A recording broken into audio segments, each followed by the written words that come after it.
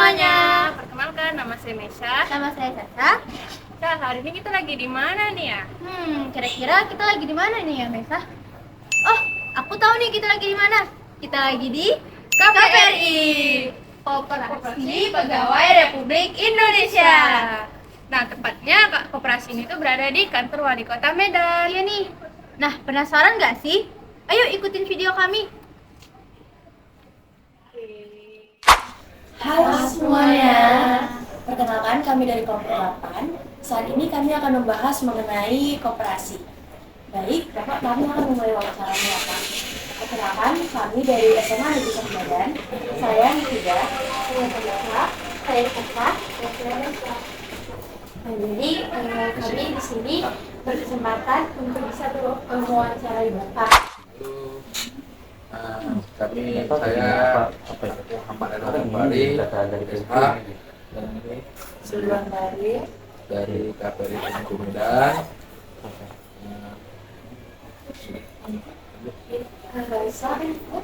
Izin Pak untuk pertanyaan pertama.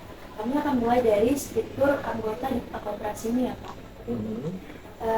Gimana ya Pak untuk struktur anggota di koperasi ini? Mulai dari mungkin pimpinannya terlebih dahulu Pak. Kita di sini struktur organisasi kita di sini ada dari badan pengawas. Yang pertama itu kita di struktur kita badan pengawas, kepengurusan koperasi dan kegiatan koperasi yang kita dinaungi oleh wali kota. Dan itu bisa jadi belakang badan pembinaan kita. Baik, untuk struktur anggotanya sudah dijelaskan. Nah, untuk selanjutnya adalah sejarah koperasi ini secara umum menurut Bapak itu gimana ya? Terus kalau bisa Bapak tambahin juga sejarah dari koperasi KPRI Pemko.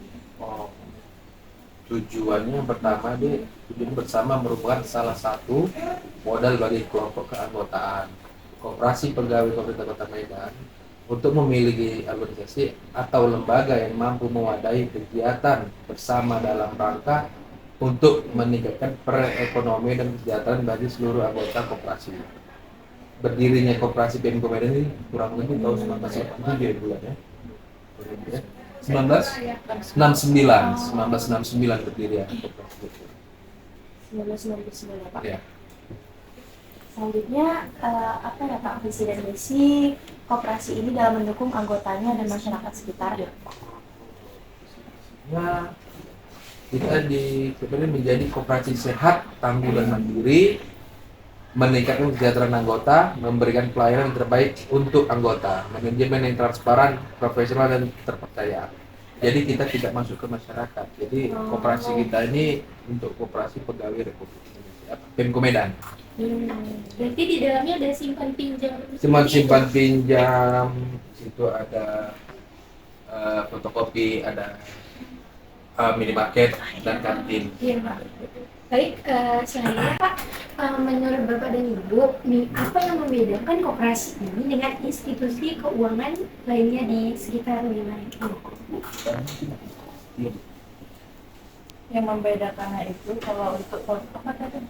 Yang membedakan koperasi ini Institusi keuangan yang lainnya. institusi keuangan lainnya itu kan umum masyarakat luas bisa. Kalau di sini itu cuma khusus pegawai negeri pemerintah.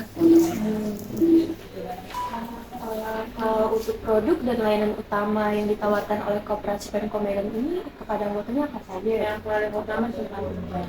Pendukungnya itu fotokopi dan minimarket. Sama kantin. Kantin lah tambahan. Kantin, minimarket, fotokopi. Iya.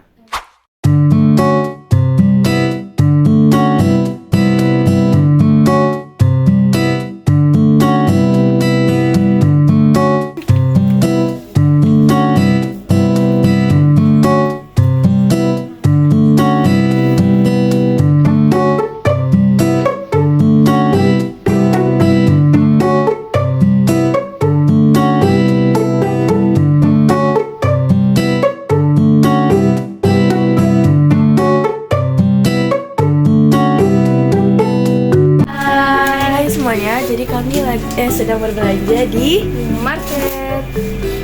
Minimarket ini merupakan salah satu usaha dari Koperasi Pegawai Pegawai Republik Republik Indonesia. Indonesia. Nih, kamu beli ini teman-teman.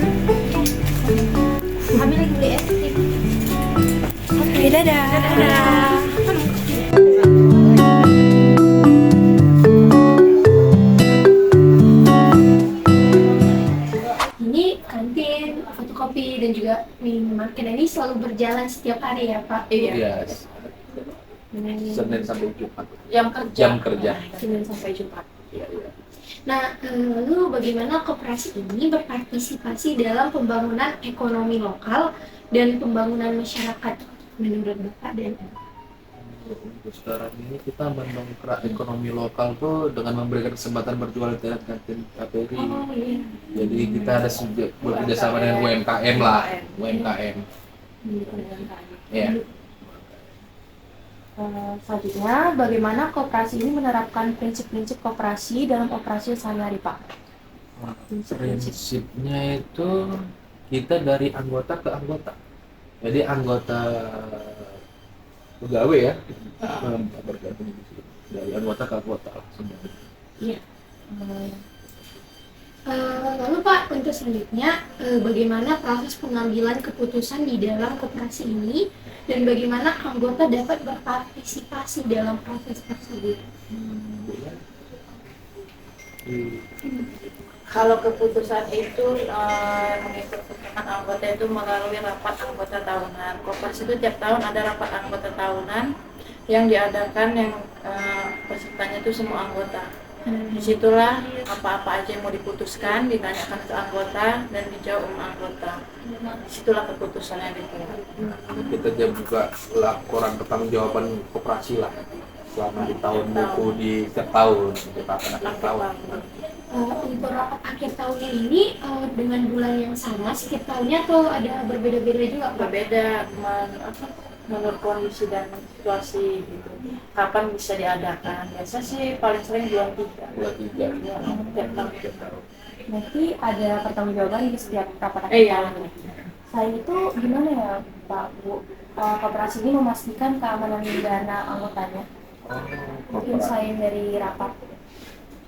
Itu kita kan koperasi kita ini, ya koperasi KPRI Penkumen ini sudah menggunakan sistem keuangan berbasis digital, sehingga data keuangan tersimpan dan akuntabel. Jadi semua itu sudah transparan. Jadi semua bisa dari aplikasi kita, bisa dari sistem komputerisasi.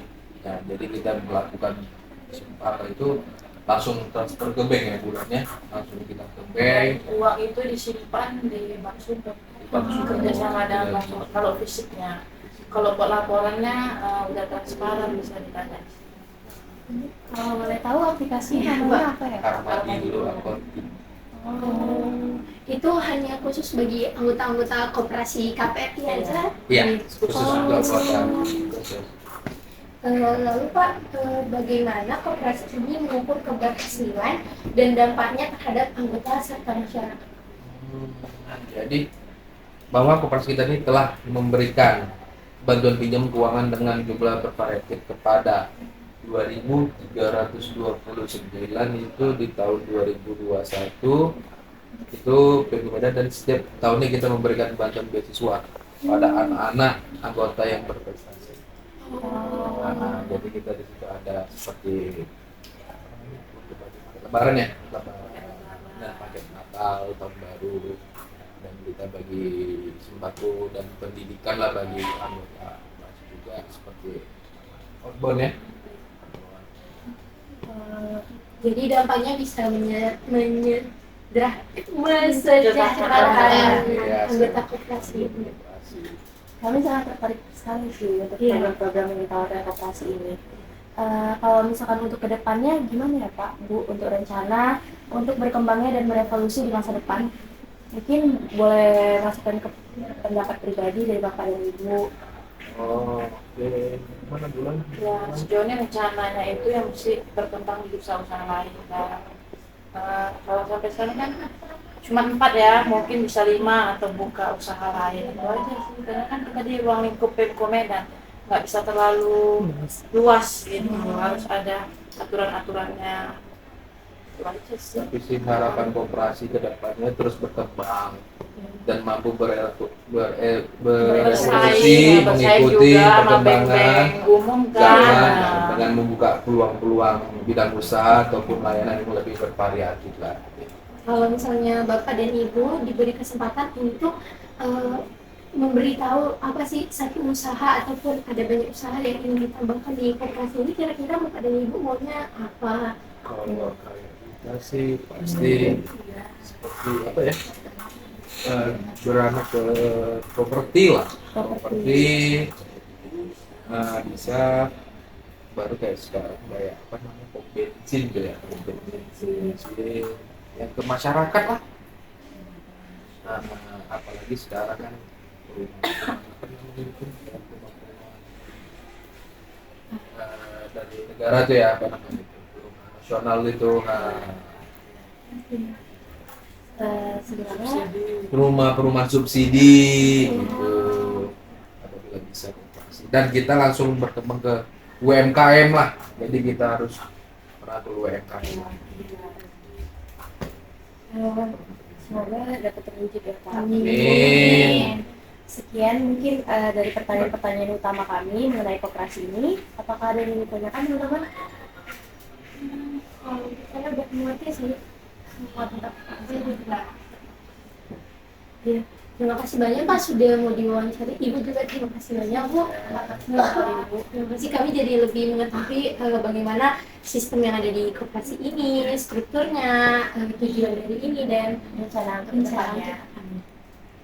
Nah, teman-teman, kita sudah melakukan wawancara dengan 2 orang dari pegawai koperasi ini. Semoga video ini dapat bermanfaat dan dapat dimengerti. Sekian dari kami, sampai jumpa. Terima kasih Bapak Ibu. Terima kasih Bapak Ibu.